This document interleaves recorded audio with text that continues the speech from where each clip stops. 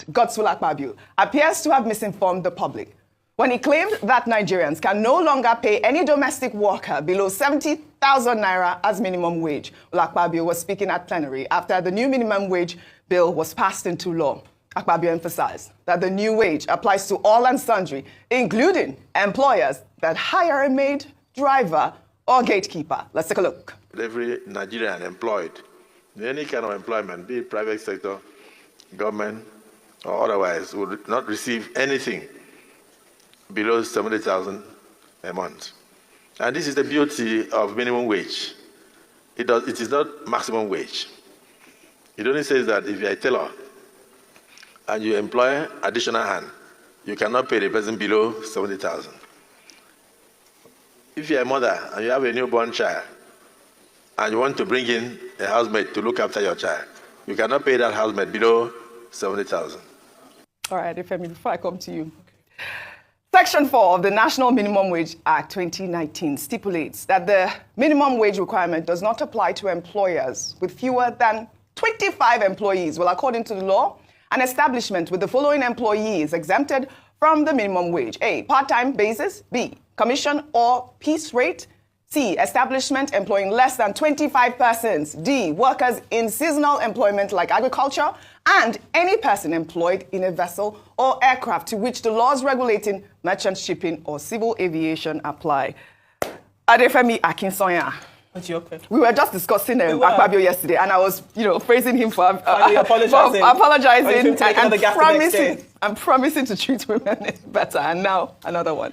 Okay, why doesn't he know that? Why doesn't he know that it doesn't apply in the domestic situations that he mentioned? Why doesn't he know? And I think that when we're talking about misinformation, intentional or not intentionally, it can be quite dangerous, because now you're going to have people in their households, your drivers and your maids, saying to their madams and their guys that, well, I need to be paid this amount. And funnily enough, many people are probably being paid that amount or more in their house. It just depends on the situation. But I do think that you have to be careful, especially with your position, when you're making these types of, when you're sharing this type of information, you have to interpret these things clearly. Yes. If there is clearly under Section 4, as you mentioned, the fact that the minimum wage applies to certain people who employ a certain number of people, it's just not something that you can, it's not the type of mistake you should be making. I understand that I mentioned this yesterday. I must have quoted that Section 4 of the Minimum Wage Act like 10 times on this program. Now, what I said yesterday is that the law is a law. The minimum wage is a law. Yeah. So the question I asked is the National Assembly going to remove, amend, or rework that Section 4? So because what they are going to come up with is the new Minimum Wage Act 2024. So when it comes, we'll look at it and see whether that Section 4 in the 2019 Act is retained. So that is it. We cannot reach any conclusion until we see what they have published to say this is the law. Absolutely. Adefemi, should we take another? Ayo, take another story. Well, Nigeria's former First Lady, Mariam Sani Abacha, and her son Mohammed have filed a lawsuit against President Tinubu, the Minister of the Federal Capital Territory, WIKE, and 3 other government agencies before the Court of Appeal in Abuja, seeking recovery of an alleged unlawfully revoked property belonging to the former head of state, the late General Sani Abacha. The property, said to be located in the Maitama district of Abuja, was revoked by the federal government and sold to a private company, allegedly without the knowledge of the Abacha family. Mariam and Mohammed are asking the Court of Appeal to void and set aside the judgment of Justice Peter Lifu of the Federal High Court in Abuja, which on May 19, 2024, dismissed their suit on the property. According to them, a party to a proceeding cannot transfer title to a third party during the pendency of an action. I mean, we are seeing this story. Obviously, Nigerians have reacted because we have been talking about Abacha loot. As Dr. Abati will say, our money. Where is our money? Only last year, especially, I believe the Federal High Court had, asked the federal government to account for the $5 billion loot that was recently recovered. I'm not 100. I mean, the case is in court in terms of the Land Use Act and all of that. But Nigerians are saying, please, where is our loot?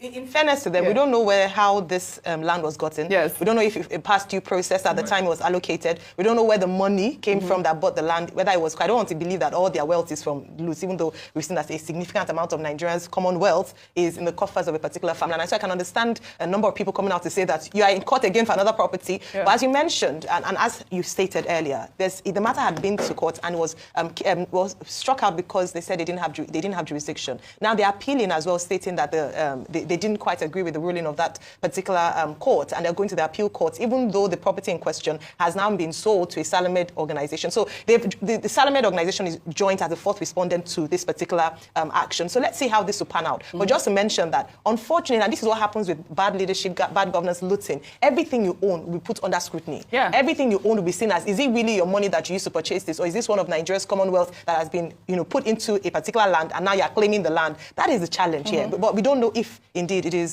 stolen money that bought that land. Okay, it's called the law of real property, or land law, as it is popularly otherwise known.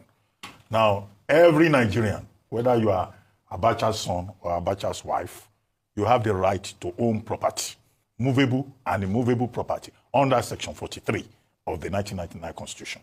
So whether Abacha stole Nigeria land or not, members of his family have the right to own land, Section 43, and by extension, Section 44 of the 1999 Constitution. However, if you acquire land or real property, have you taken possession?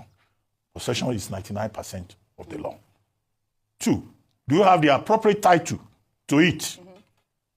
By having the appropriate title means that you will have gone through the necessary processes. We saw that in Kwara State at a point when there was an attempt by the government of the day to take land from the Saraki family. So those are the issues. And it's within the rights of the Abacha family to say, well, the FCT authorities have reallocated our land, or they have revoked our right of occupancy if they have it. Right. And then they go to court. So Justice Peter Lifu of the Federal High Court of the FCT has ruled against them. Now they've gone to the Court of Appeal. They can even go all the way to the Supreme Court to, assert their right. Yes. The law allows you to pursue your rights. Yeah. And within the hierarchy of courts, if one court does not favor you, you go to the next one, all the way to the Supreme Court. Yeah. So I think the Abacha family, yes, they can go to court. They have a right to go to court, absolutely. We judge. Yeah, they have a right to go to court. Nigerians are still asking for their loot.